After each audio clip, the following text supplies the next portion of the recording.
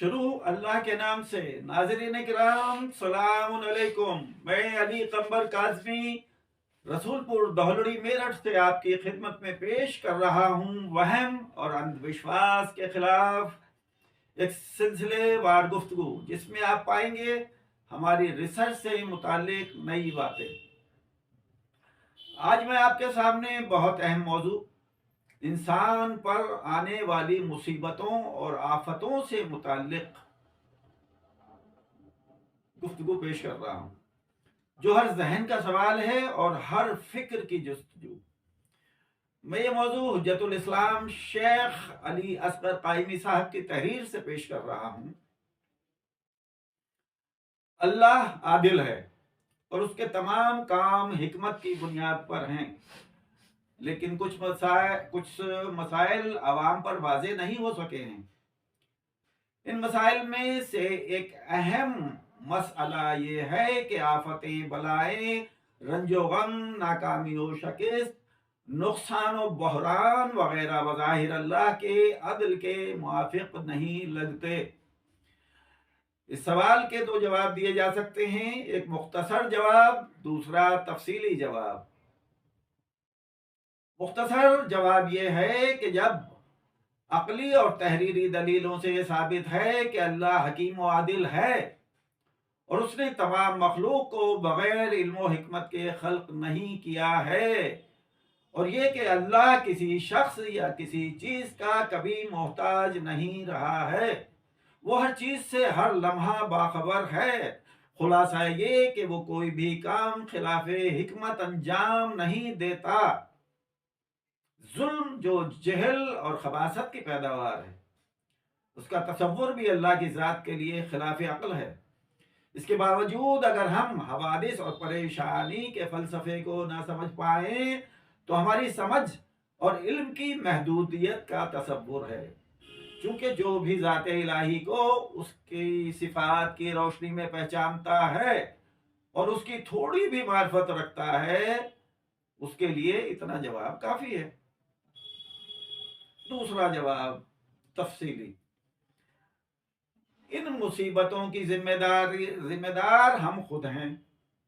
इंसान की जिंदगी में बहुत सी मुसीबतें दामनगीर होती हैं, उस पर आती हैं, जिसकी असल वजह ये इंसान खुद है। अक्सर नाकामियों का सबब, जैसा कि पहले भी कई बार जिक्र हो चुका है, सुस्ती और काहली है। बीमारियों का जिक्र करें तो अक्सर शिकम परस्ती, बहुत पेट भरे रखना और शहवत परस्ती की वजह से वजूद में आती हैं।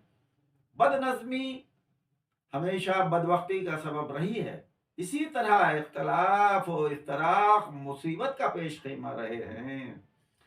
अफसोस की बात यह है कि अक्सरियत ने यह कानून के हर बीमारी की कोई वजह होती है को भुलाकर सारी मुसीबतों का जिम्मेदार अल्लाह सुब्हानहू को ठहरा दिया है।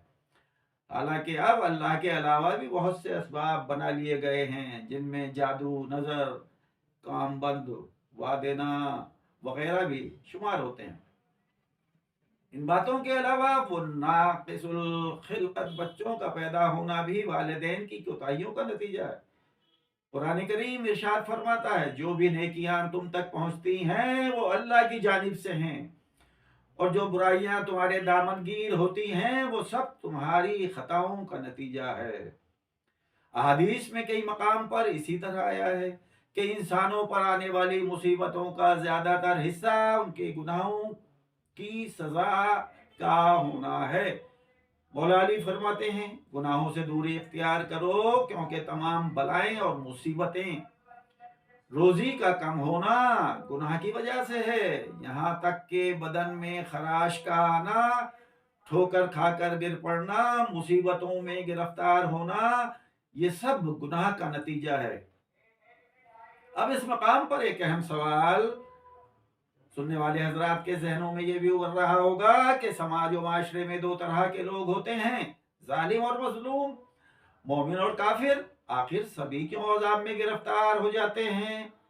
जवाब, इस्लाम के कानून में मोमिनीन और मजलूमीन की मुश्किलात और मुसीबतें नहीं अनिल मुनकर, यानी बुराइयों को देखकर खामोश रहना, और जालिमीन का मुकाबला न करने के सबब हैं। कुरान करीम इरशाद फरमाता है, ऐसे फितने से बचो जिसके असरात सिर्फ जालिमों को ही नहीं बल्कि सभी को अपने घेरे में ले लेते हैं। सूरह अनफाल आयत नंबर 20। हुजूर अकरम की हदीस है कि बुराइयों को रोको, अच्छाइयों को फैलाओ, वरना अल्लाह का अजाब सबको घेर लेगा। वसाइल शिया जिल्द 11 सफ़ा 407। मुसीबतों परेशानियों से मुतालिक बहुत से सवालात हैं जिनका जवाब खुसूसन मौजूदा नस्ल को मिलना ज़रूरी है, वरना यहीं से इंसान के भटकने और भटकाने वालों के रास्ते खुल जाते हैं। एक अहम सवाल कि अक्सर ये भी देखने में आता है कि जालिमों और गुनाहगारों की दुनियावी जिंदगी बहुत उम्दा होती है और बज़ाहिर उन्हें परेशानी भी कम नजर आती है, जबकि इनके मुकाबिल नेक और बेईमान लोगों पर परेशानियां ज्यादा देखी जाती हैं। जवाब कल।